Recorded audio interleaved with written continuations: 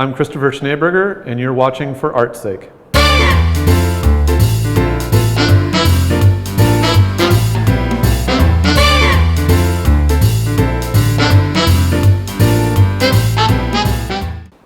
Hi, my name is Christopher Schneberger. I'm a photographic artist from Chicago, Illinois, and I've done a series called Glimmer, The Haunting of the Graham House.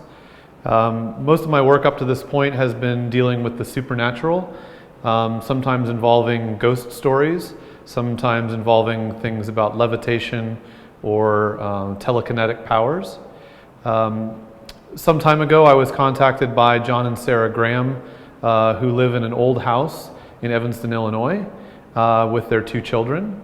And they were interested in this research that I had done into the paranormal and was curious about why I had done these things, and said that they in fact had a spirit that was living in their house but that only showed up in reflections.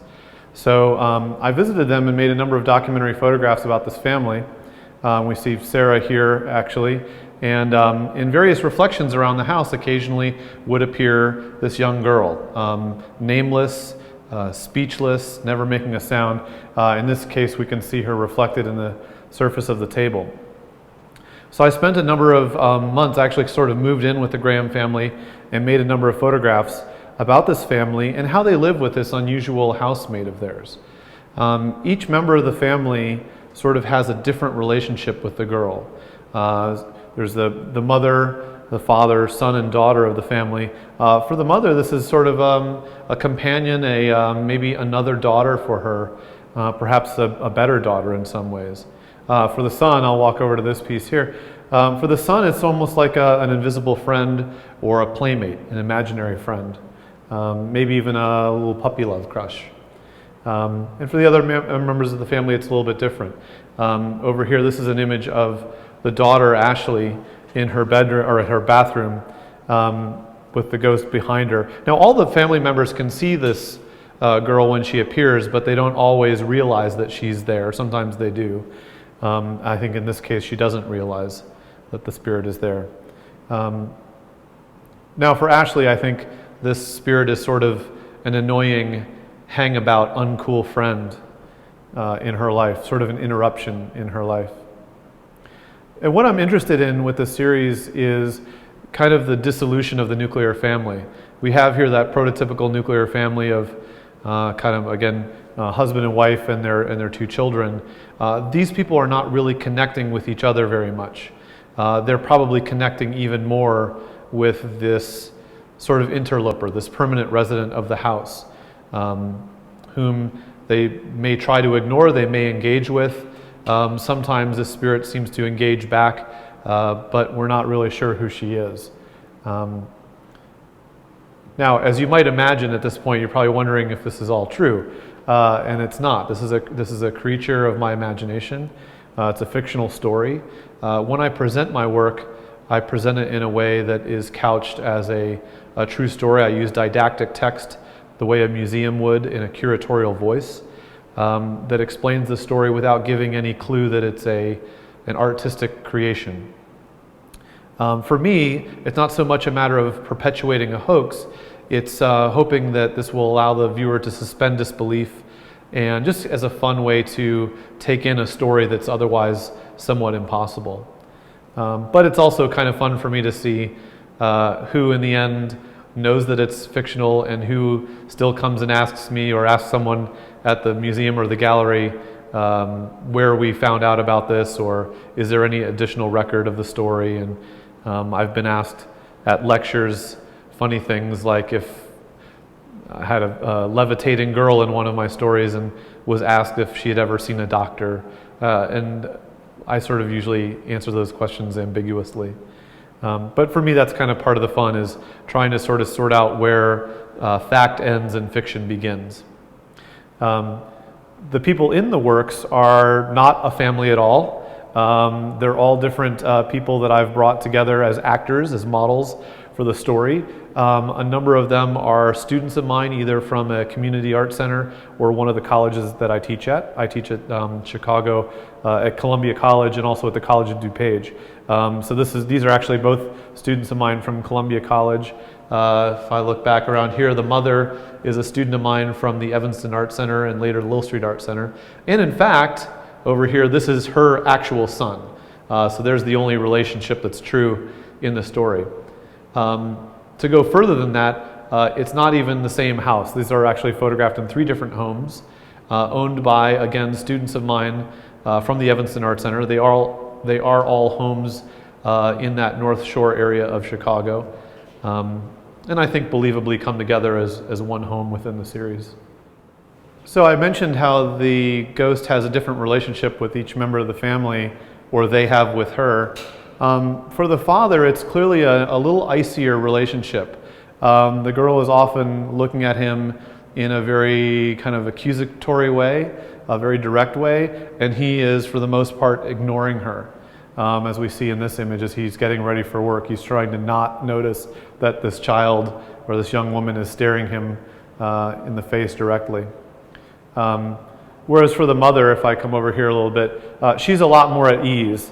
The colors that I use in the photographs with the mother generally are warmer, brighter. Her gestures are more relaxed. She may not be aware that the girl is here, but she doesn't seem to be troubled by it either. And I'm looking for very ordinary domestic situations too. Although this ghost might be taken by a lot of people as creepy, scary, I think we think of ghosts that way in terms of a horror story.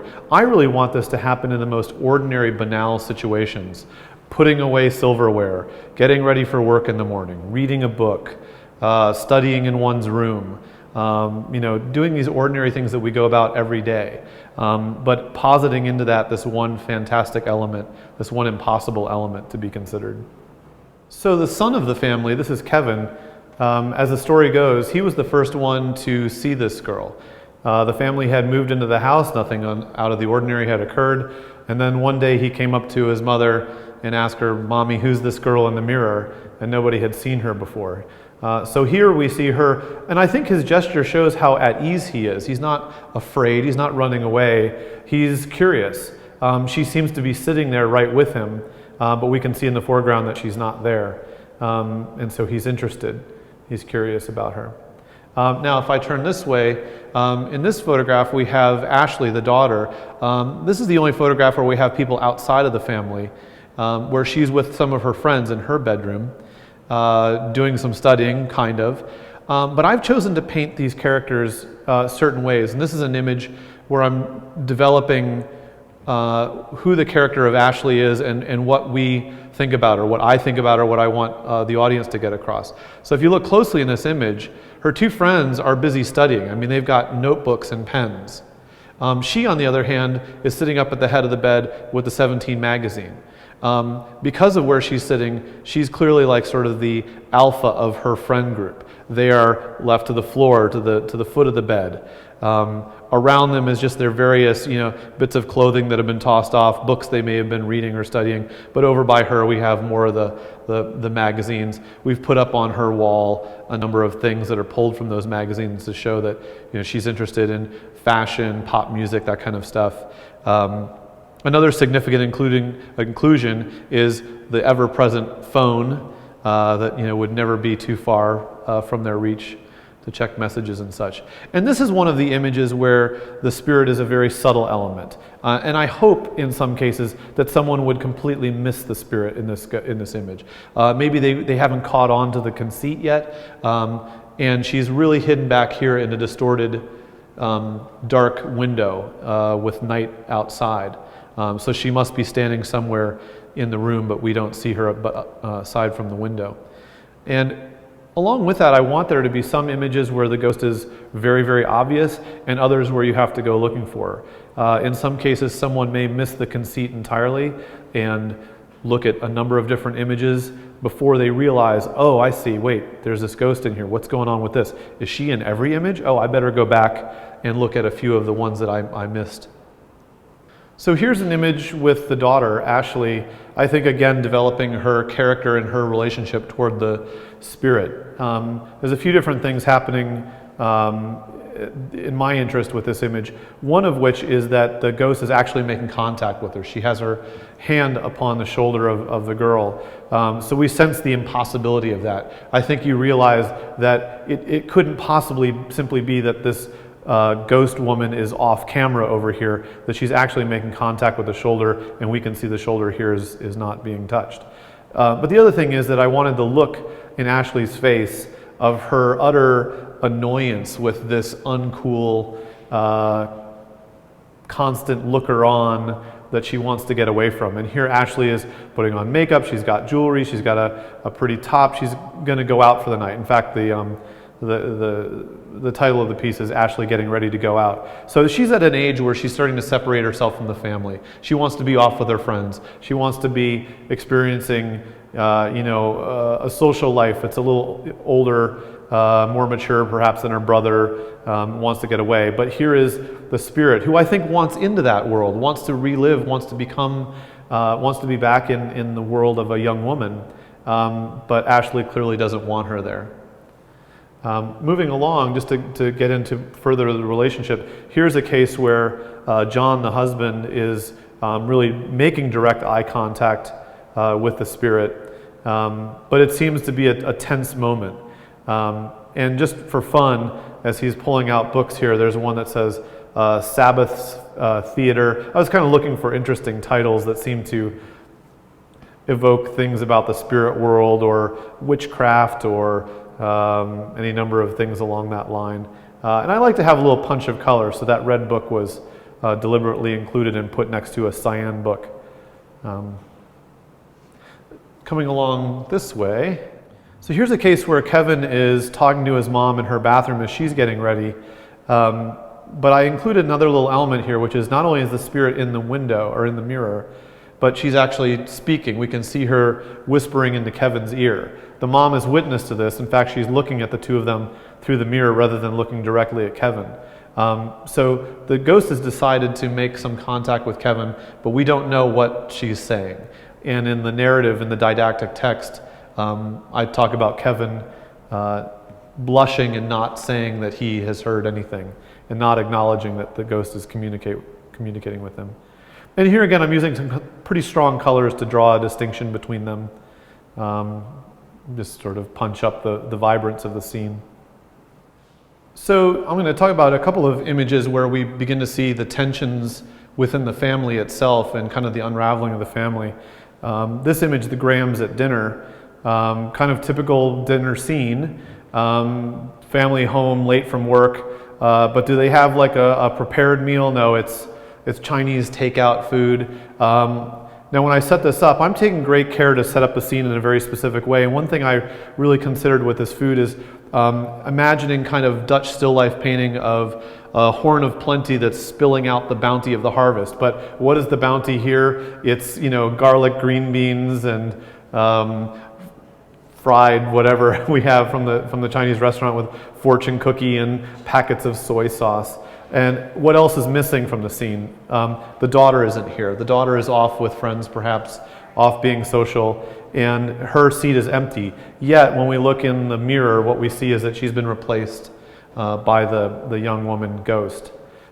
There's a little bit of tension I try to get into the air. The child has his arms folded, his head down. He's not really eating his food. He's not participating. They don't seem to be looking at one another. She's looking at him, but he seems to be looking down, maybe in the process of a conversation. Now, I'm doing this in what we call the directorial mode or a tableau mode. I'm setting all this up. I'm the director of a little movie, but it's just in one shot. So I'm talking to the actors, I'm placing things, I'm moving things around in the scene. This is all a highly constructed scene. But I'm trying to photograph it, I think I am, in kind of more of a documentary style and the voice of a documentary photographer. Photographers like Tina Barney, Melissa Ann Pinney. These are photographers that are doing intimate family documentary, and I'm kind of quoting from the voice that they use in their imagery. So I don't want it to be an obviously highly contrived situation. Now moving over here, we'll see one more image that's dealing with the tensions in the family. This is kind of mom and dad or husband and wife are home from their various jobs. but there's tension in the air. He has a look of concern on his face. He's looking down. Again, she's looking at him, but he's not returning that look. And what are they doing otherwise? She's got the glass of wine. He's got the whiskey out, like it's, unwind from work, but there's tension in the air. And the story goes, and I have an epilogue didactic text here that gets to this, that sometime after the conclusion of this photo project, that the couple divorced and moved out of the house. And the wife was quite sad about having to leave behind this spirit of a young woman. So I'm working in this directorial mode where I get to set everything up in the scene. Of course, I'm working with actual locations. This really was the bedroom of a young man. He was now 20 years old or so, but he had grown up in this room. His amazing, incredible Hulk design was still on the wall, which I loved and I wanted to leave in place. But the rest of the room is really set up by me, sort of dressing a set. And I brought in a lot of things that are self-referential. And I basically just had a blast making this my own room as a child, or even as a young adult. So I brought in my Star Wars poster, my Rush posters, my skateboard, my baseball glove, my football, my Viewmasters, my teddy bear. All of this stuff is little things that are important to me, that are significant in my life, to create this world. And my thought about this image is that Kevin is lost in his own thoughts and in his music. He's listening to an iPod. He's practicing the drums. I myself am a drummer, and he's lost in that, but he is still being witnessed by the spirit of the young woman in the dark window, nighttime window. Oh, and the other thing that I enjoy about this image is this incredible Hulk. I decided to position myself and position the actor of Kevin just so that it almost looked like Hulk was coming out of the wall and was going to reach down and sort of pounce on him. That maybe Hulk represented a kind of menace in the offing, the dangers of the world, his own thoughts about dangers or who he wanted to be in some regard. But I like this relationship, and that the Hulk was green. I decided to have him wear a green shirt as well to kind of draw that relationship together. So I got started doing this work years ago when I went to college and went to art school and took photography classes. My initial conception of photography was that it was a documentary medium, that we went around and we took pictures of the world as it existed. And after seeing a number of different artists' work that really impacted me, one of which was Jerry Koosman, I really began to see photography as a creative medium that I could do with a camera and do with a photographic print what someone might do with a painting or a poem, that I could create something that wasn't previously existing. And so I began working in this directorial mode. When I was in graduate school at Indiana University, in an area very similar to this, the world around Champaign-Urbana, I was really struck by the vast farmscapes of the Midwest, and I found them to be a very surreal space. I grew up in South Florida, so it was very different for me. And I began to make images in those landscapes that dealt with loneliness and dealt with the experience of an only child, and what would that be in the great spaces of the Midwest farmland. From there, when I moved to Chicago, I began to make some images about ghosts through some little technical things that I learned with a camera and with printing. I began to make little ghost stories.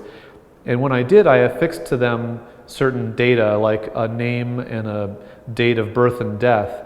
And to my great surprise, people were very curious about that and wanted to know where I had found these people and were they real? And of course, none of them were, but I really liked that little bit of factual or factually sounding language seemed to draw them in. So as I began to make my narratives more elaborate, I would write backstories, and writing became a very important part of my work.